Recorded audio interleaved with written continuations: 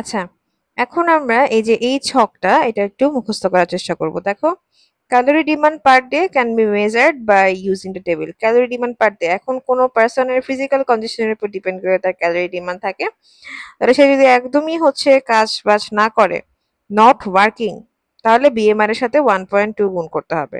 এরকম light working যদি হয়, দেখো আস্তে আস্তে বাড়তেছে, দেখো এখানে লাইট ওয়ার্কিং, তারপরে ওয়ার্কিং, এরপর ওয়ার্কিং, প্রতিদিন খেলে এরকম ওয়ার্কিং পারসন, তারপর হার্ড ওয়ার্কিং, যে সাফিসিয়েন্ট জাম্পিং করে, রানিং করে, প্লেইং করে। হ্যাঁ, তো লাইট ওয়ার্কিং আর ওয়ার্কিং এর প্রথমটাতে দেখো ওয়ার্কিং দুই রকমের আছে, একটা হচ্ছে working plus sufficient playing 2 to 3 days in a week, আর একটা আছে working plus playing everyday in a week. ঠিক আছে,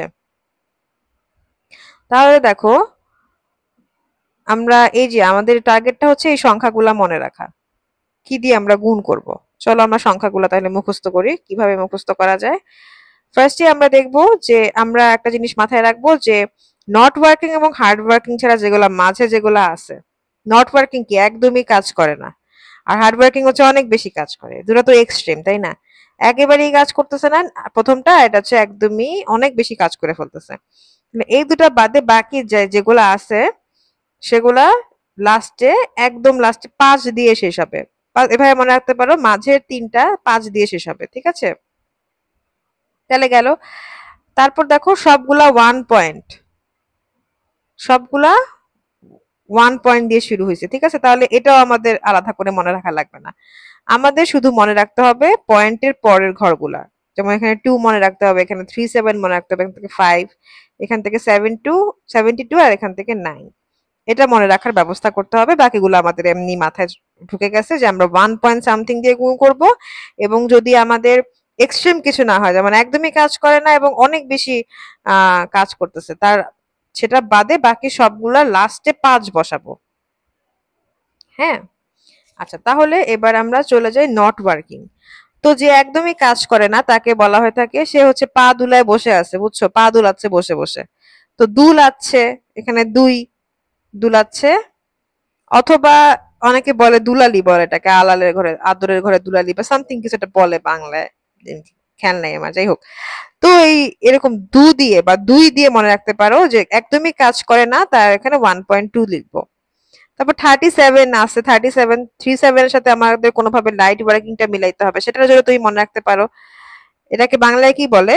37 37 না, 37 কে মনে রাখতে পারো সাঁতার। হ্যাঁ, তো সাঁতার কাটলে অনেক সময় দেখা যায় যে আমাদের কিন্তু মনে হয় একটু হালকা হালকা লাগতেছে, পানির উপরে ভাসলে অনেক হালকা লাগে না, লাইট ওয়ার্কিং, এখান থেকে লাইট মনে রাখতে পারো।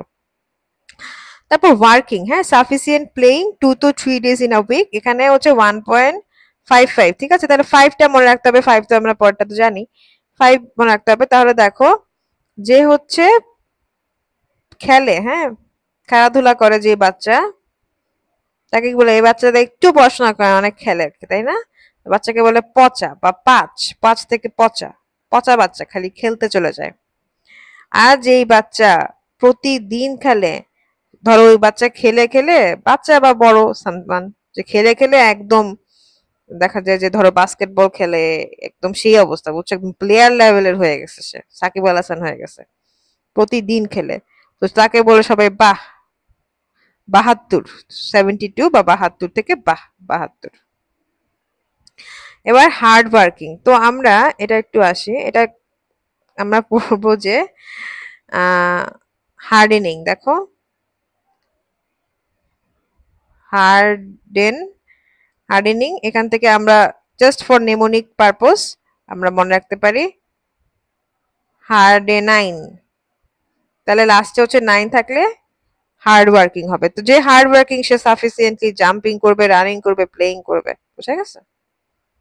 তো এরকম আর কি, এটা জাস্ট একটা স্যাম্পল, তুমি এরকম করে নিজের মতো করে অনেক ধরনের নেমোনিক বানিয়ে বানিয়ে মনে রাখতে পারো। ঠিক আছে, এই হচ্ছে একটা ব্যাপার। ওকে, আল্লাহ হাফেজ।